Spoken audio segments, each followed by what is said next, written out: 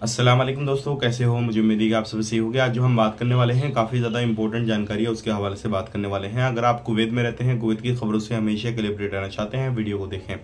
काफ़ी ज़्यादा इंपॉर्टेंट जानकारी मिलेगी। चैनल को पहली बार देख रहे हैं, सब्सक्राइब करें और जितना हो सके वीडियो को शेयर कर दें। फेसबुक पेज पर देख रहे हैं, फेसबुक पेज को भी फॉलो कर लें। सबसे पहले मैं आपको बताना चाहूँगा, अगर आप कुवैत के अंदर रहते हैं तो अभी कुवैत के अंदर जैसे कि आपको मालूम है एग्जाम वगैरह होते हैं।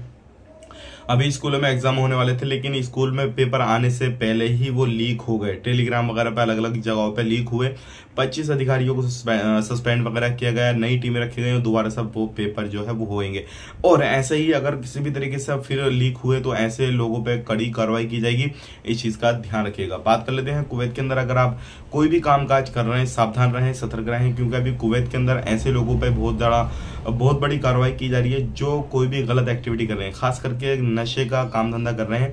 तो ऐसे लोगों को सावधान रहने की जरूरत है, क्योंकि बहुत सारे लोग पकड़े जा रहे हैं और उन्हें बड़ी बड़ी कार्रवाई की जा रही है, बड़े बड़े जुर्माने फाइन वगैरह लगाए जा रहे हैं। बात कर लेते हैं यहाँ पे अगली खबर की तरफ। जो अगली खबर आ रही है निकल के, जो भी नई नई बिल्डिंगें बन रही हैं तो उनके निरीक्षण यानी कि चेकिंग वगैरह शुरू हो चुके हैं और सभी बिल्डिंगों की चेकिंग वगैरह ये देखे जा रहे हैं कहीं गलत तरीके से किसी भी तरीके से जो उनकी बाउंड्री वगैरह वो सारी चीज़ों को चेक वगैरह किया जा रहा है और उनको देखा जा रहा है किसी भी तरीके से गलत एक्टिविटी वगैरह तो नहीं हुई है।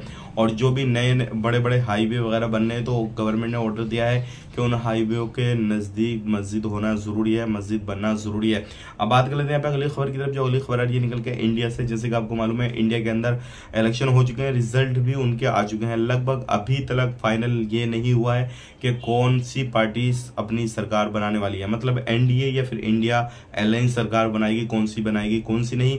इसका फाइनली जो है अपडेट आने में कुछ वक्त है, हो सकता है आज आ जाए, नहीं तो आज शाम तक क्लियर हो जाए। लेकिन अगर फिलहाल में देखा जाए तो जो बीजेपी है, मतलब एनडीए जो सरकार गठबंधन है एनडीए बनाने के लिए 294 सीटों से आगे है, लेकिन फिर भी इंडिया गठबंधन जो है वो उसको तोड़ने की कोशिश कर रहा है। सारे तरीके से हर तरीके से पॉसिबल कोशिश की जा रही है। तो अभी ये नहीं कहा जाता जब तक शपथ नहीं ली जाती कि कौन पार्टी सरकार बना रही है, कैसा हो रहा है क्या नहीं हो रहा, क्योंकि कुछ अगर हो सकता है तो पार्टी छोड़ के लोग जो है इंडिया गठबंधन में भी आ सकते हैं। तो ये थी आज की कुछ इंपॉर्टेंट जानकारी जो कि मैंने आप तक शेयर कर दी है। आप कहाँ से वीडियो देख रहे हैं कमेंट करके बताइएगा।